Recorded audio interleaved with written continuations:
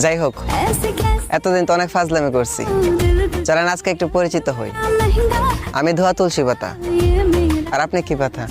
খাওয়ান কেটে যান।